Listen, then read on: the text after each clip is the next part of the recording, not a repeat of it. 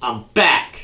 Hi, I'm Warden of Notards, and after a very, very, very long time of nothing of any significant importance, I'm finally back. And I know you're all very eager to know what my next video is going to be about. And I am happy to announce that this channel is going to be taking a brand new direction. Yeah. So, after all these years, what am I going to be doing with the channel? That's right, basketball videos! I'll see you on the court!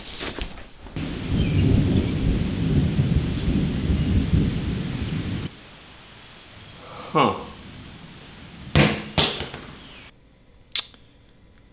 Well, that didn't work. Maybe I could react to my old videos and provide very funny commentary on them. Yeah. Well, ladies and gentlemen, we have an update. Everything was going fine and dandy with rewatching my old videos until I came upon this one. At the 7-minute mark, I said the following. And those are my thoughts on Thunderstruck, starring Kevin Durant. It's a stupid movie and you should never watch it. Goodbye. And that got me thinking. I don't remember this movie. I know it had Kevin Durant in it and it was basketball focused, but what about it was so bad that it caused me to say that? I mean, it was certainly forgettable, but why did I include it in this video? Well, I've decided to rewatch it to find out.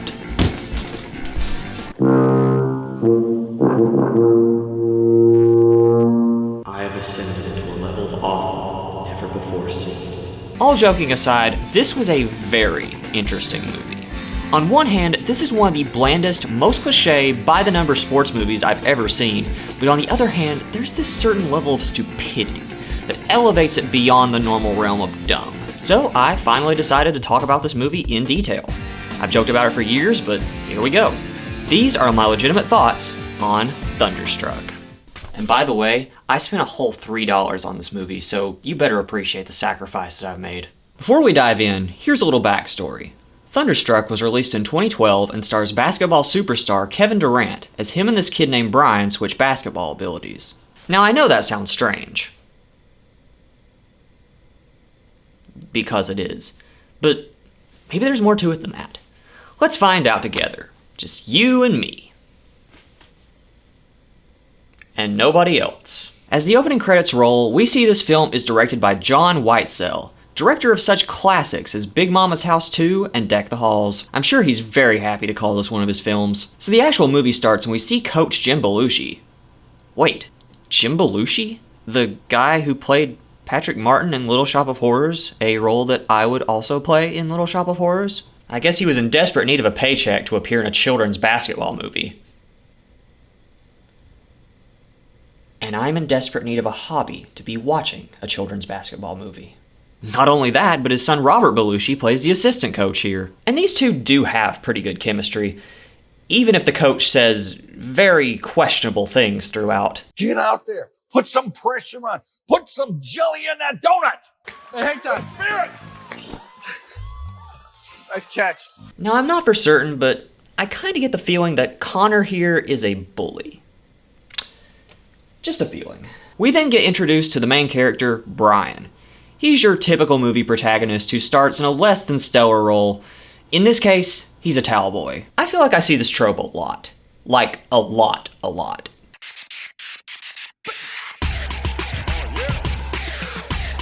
Wow, those kids aged. No, we're now watching Kevin Durant back when he played with the Oklahoma City Thunder in this little montage. But then we see that Brian is just watching these old clips on his very small TV. Oh, boom! That's another dunk. I know I love watching random clips from old basketball games on my TV. Lucas alone. Yeah, get him, Jerry! But we have no time for KD right now. We gotta get to the next big sports cliche. The failure montage. That's where the kid who's bad at sports shows that he is in fact bad at sports. Not only that, but we also get stock cartoon sound effects. Oh, what's this? He also has an annoying little sister? We can add that one to the cliche list too. And by the way, If you cut her out of the movie, nothing would change. The only important thing she does, if you can call it important, is films her brother failing. That's it. But then we go back to KD. 101. Kevin Durant, another amazing game tonight. 32 points, 11 boards, 8 assists. You're leading the league in scoring once again, not to mention on pace to set a number of personal best records. I'm pretty sure he knows that lady.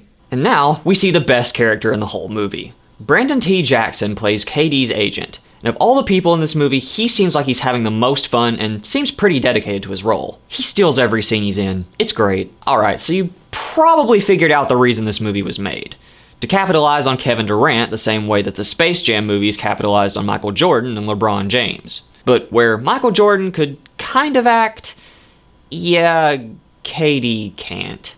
I wish I could give it to you, man, but look, hard work beats talent, and talent fails to work hard. I really like the guy, but his acting skills just aren't great. With that out of the way, look, another cliche. The best friend who also happens to be a tech whiz. I hacked the website for Stacey King's party and we're in. And before you can say deja vu, we get another cliche. The new hot girl who walks down the hallway with up-tempo music in slow-mo. You see what I mean when I say this movie is by the numbers? But if this is all it was, I wouldn't have even bothered making this video. It gets dumber. Keep watching. Everybody in my World of Warcraft guild was texting about it this morning after we saw her. Huh. That kid is nerd because he says nerdy things and talks about World of Warcraft like kids in 2012 did. Brian decides to go over and sit with the girl, but if you've seen any movie ever, and that includes Citizen Kane, you know exactly what's about to happen. Hey, everybody, watch this. What are we doing? Hang time, baby. Woo! Whoa!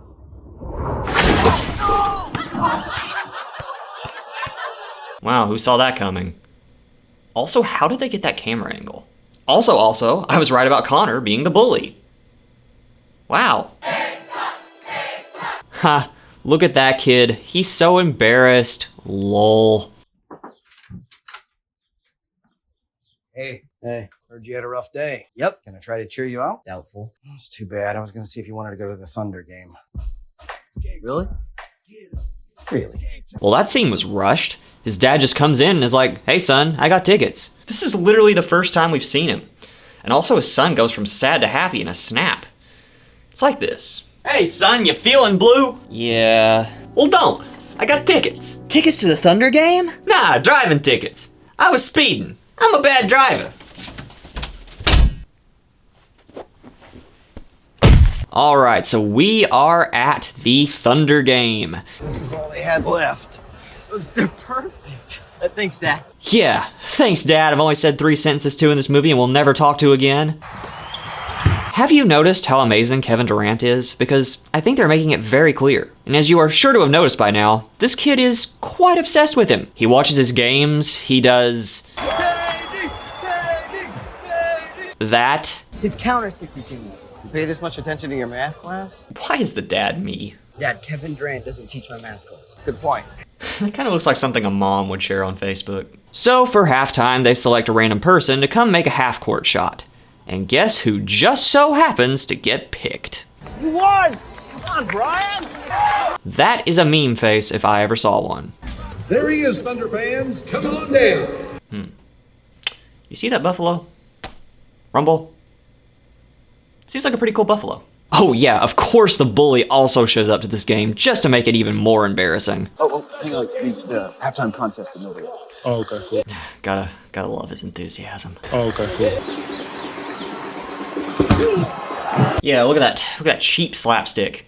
I'm sure it won't be important later. I wish I had your sound. Hard work beats talent, and talent fails to work hard. Oh, so KD is a Sith Lord, okay. And by the way, that random spark is never explained, and there's no other time something mystical happens in the movie. Ugly loss for the Thunder last night. They lose 109-84. Kevin Durant absolutely on fire in the first half. Totally stinks it up in the second. Uh-oh. And look at this kid's room. He basically has a shrine to KD. Foreshadowing. That's odd. My spider sense is tingling. Imagine if this movie was about Brian getting bitten by a radioactive Kevin Durant. So Brian and his nerd friend, sorry, Mitch, go to a carnival, and guess who just so happens to be there as well? Not only the bully, but the love interest too. 2 for the price of 1. don't you give it a try? Just make sure there's no mascots around. Yep, we're still on that unimportant buffalo. The bully continues to fail at making basketball shots, so Brian decides to try.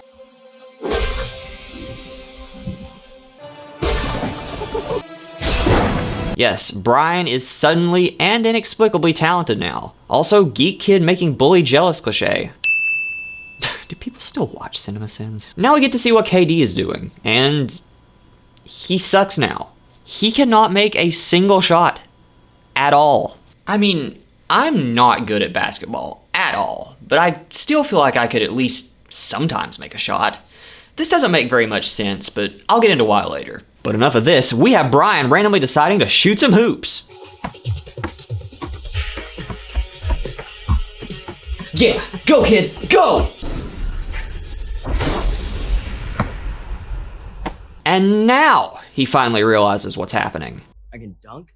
Oh, I can dunk! Also, can we talk about this dialogue? Plus, if we lose our towel boy, who's gonna pick up my jockstrap, coach? You wear a jockstrap? And of course, since he is now amazing, Brian makes the team. Selling me as the female Kevin Durant. Oh, that's cool right there. You're terrible. Oh, poor guy. You can do it! Go get him! Oh, there's Brian's mom. Her purpose in this movie is to sit in the stands and cheer him on. And that's it. Give the movie some credit. It's very rare to have both parents in a sports movie. Come on, Connor! Pass it, I'm open! Connor, I was open. 8 of our last 10, I think I got this, man. Wow. Connor's not being nice. Character development. Pass the damn ball or I'll choke you! He will. He chokes me. Chokes me clean out. You should pass.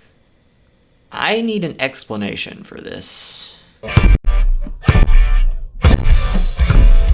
Is it just me or is the ball farting? No, what you're actually hearing is a simulation of my speakers blowing out because for some reason, they made the ball bouncing sound very loud. But yeah, in about 5 minutes, this kid is now hot stuff. Like seriously, he goes from 0 to hero like this. Everyone now loves him and worships him after a very short montage. You know what this feels like? An episode of Fairly Odd Parents. Like, you know the one where Timmy wished that he was popular and completely abandoned his best friends? This is literally what's happening right now.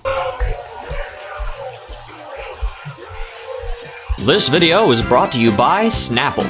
With flavors such as lemon lime, anytime is Snapple time. Meanwhile, Durant is stinking up the court while the announcers roast the crap out of him. Well, I can't tell you what's wrong, but I can tell you what he's doing right. Nothing. As a matter of fact, it reminds me of Chuck playing golf. That's an insult to my golf game the way he's playing. Well, it's true. In fact, throughout this part of the movie, everyone makes fun of him mercilessly. And I have a theory as to why. Hey guys, welcome back to Theory Time. I've got a really juicy conspiracy theory for you guys today. Okay, so, what if the movie Thunderstruck was made because a lot of people have pent-up frustration toward Kevin Durant? I mean, think about it. This movie was only made so that anyone who didn't like him could be as mean to him as possible. And it would be okay because there was some story about him and a kid switching abilities. Crazy, right? Well, that's all the time we have for today. Join me next time and we'll discuss why Word and Notards and Mr. Epic Top 10 are the same person. Another thing to note about the KD scenes is that they're really boring and kinda repetitive. He sucks, his agent says a funny line, people roast him, rinse and repeat. The one scene that does stand out is when the agent gets Durant's mom to come cheer for him. Go, Kevin! And yes, that is in fact his real mother. I checked. At least the scenes are short. Back to Brian. Now Sunday you have a charity event. You know, it's funny how she is at literally everything he goes to. And how his friend is now exploiting him. Now I also register you a domain name, brandnewallgotgame.net. Brian, hey, I promised you wouldn't be there longer than 20 minutes. I know Brian's supposed to be the jerk here, but I think his friend may be in the wrong even more. So let's race! Let's go! Ah yes, race car love. Well, back to Durant, I guess. Now he's shooting a commercial. My new KD4s. The best basketball shoe ever made. I could cut like never before. Cut! I wish commercials like this were shown more often. These brand new shoes are styling. but they aren't gonna make you any better at basketball.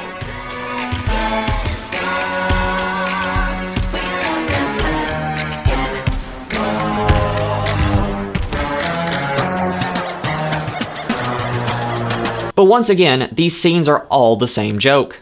Ha, Durant is not good anymore. This movie also has some weird obsession with people getting hit in the nuts. Whatever makes you happy, I guess. Kevin Durant. Hey look, Conan. I'm sure he's very happy to be in this. And also, this is one of the only jokes in the whole movie I found funny. Dude can't even make a free throw. Well, you've been working with him, haven't you, big fella? It's kind of funny. But then he flips the channel to the local Right here in news. Oklahoma City could be the next Kevin Durant. And that's when it clicks. I am so glad that Durant's agent somehow figured this out because Lord knows I wouldn't in this situation. You thought she was waving at you, huh? Shut up. Oh great, Connor's turning into Adam Driver. Shut up. That is not suspicious at all. You know, if you're trying to sneak into a basketball game and didn't want to be noticed, wouldn't it make more sense to wear something that didn't attract attention?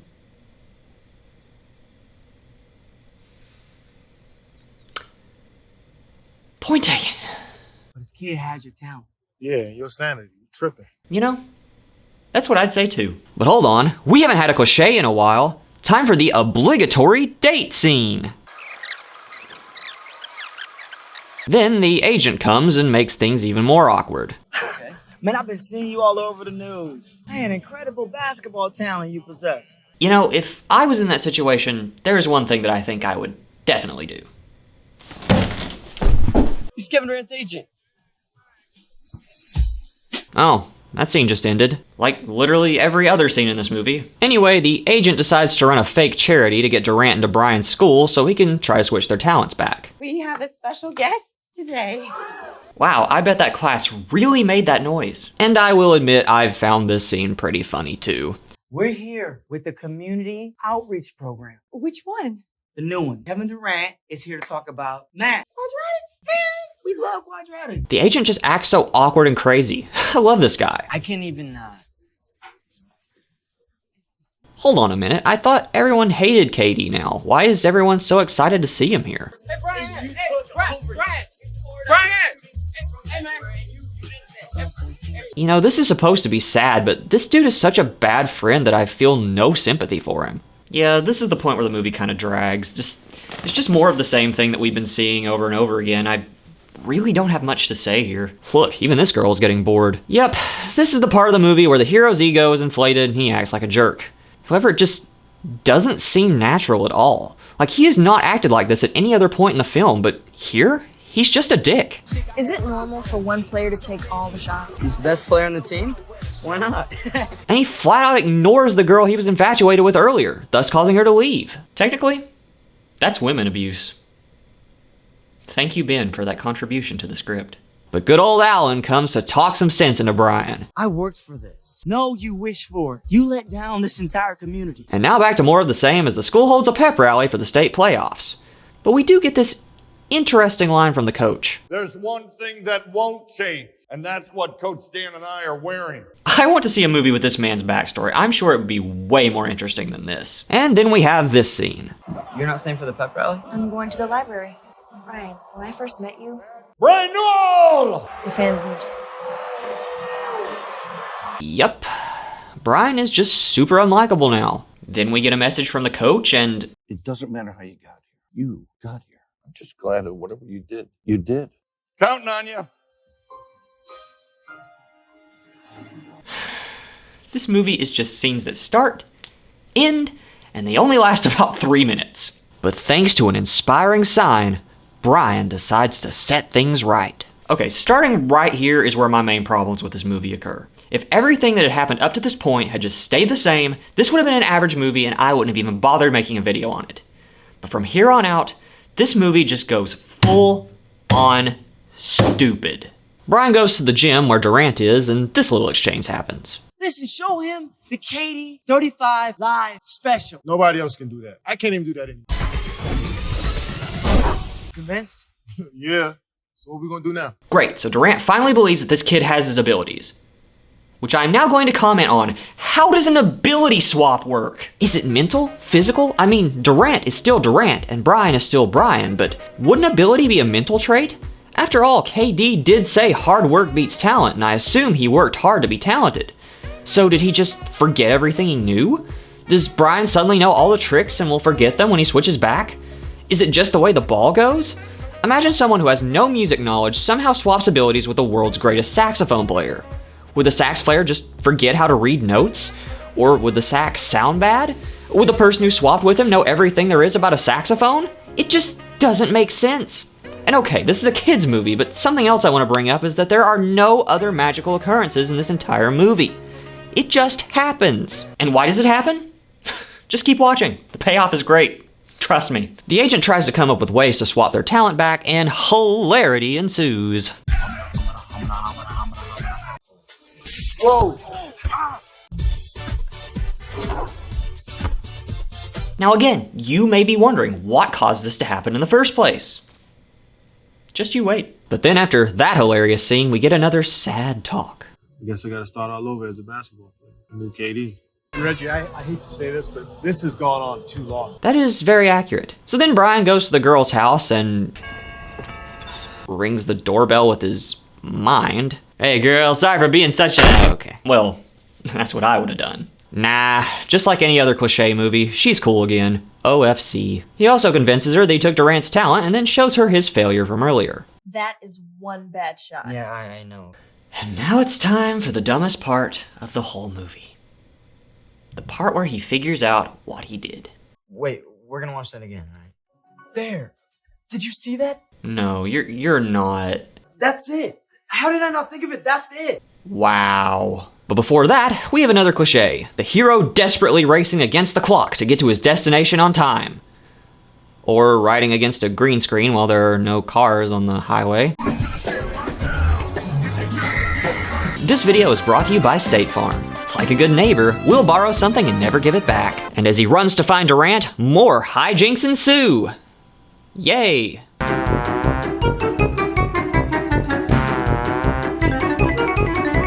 I know why it didn't work last time. Alright, so what was the reason Brian and Durant swapped talents?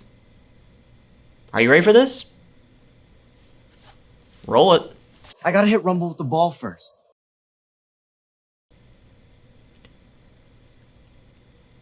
Are you kidding me?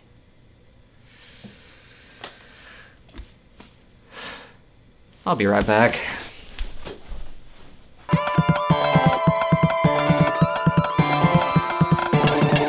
Okay, so the reason that Brian has Kevin Durant's talent is because he hit the mascot at the beginning of the film. Where do I even start? This small, insignificant slapstick joke is the main reason this movie happened. Because somehow pelting a guy in a buffalo costume with a basketball allowed this kid to make a wish and have it come true. Is the mascot magic? No. Do we even see him without the costume? No. Was he important in the movie? No. We literally haven't seen him since the beginning of the movie. This is the reason I made this video, because of how stupid this plot twist is. It makes no sense, even in the context of this movie. They could have made the mascot some omnipotent being that wanted to teach Brian a lesson, but no, he doesn't appear again. And for that matter, watch how quick this scene is. I gotta hit Rumble with the ball first. Well, there he is. That was the whole scene. Pretty quick, wasn't it? It just seems like they had no way to end this, so they said, hey, I'm just about finished the script for this Kevin Durant movie, but I really don't know how to finish it. You have any suggestions? He hit the mascot. That's incredibly stupid. Listen, we're so close to this deadline, and we're probably never gonna make another movie again, so why should we care? You know what, fair enough. Mascot. And wouldn't you know it, Durant is good again.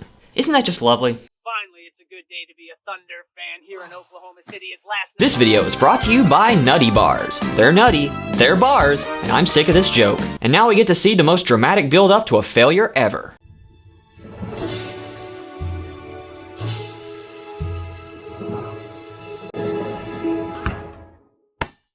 I know what I did was the jerkiest thing since Leroy Jenkins screwed his guild by running without it. You had me at Leroy Jenkins. All it took was a Leroy Jenkins joke to get your friend back. 2012. This movie's almost over. Thank goodness.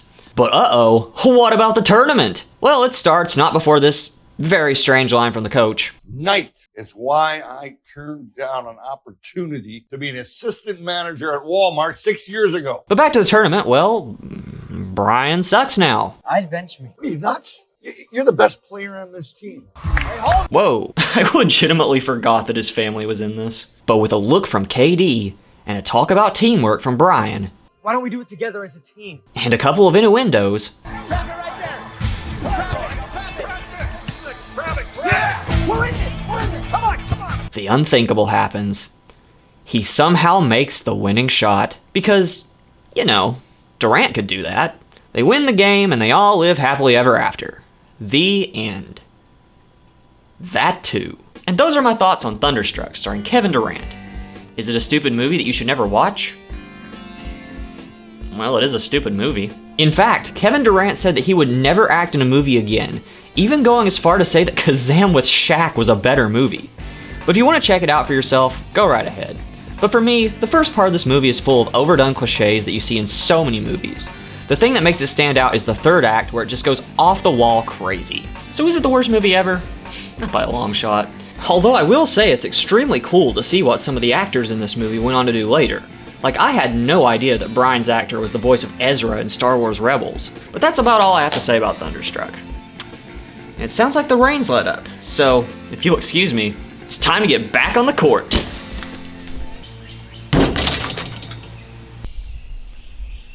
Oh. The commercial said these shoes were supposed to make me good at basketball. What a ripoff. Chokes me. Chokes me clean out.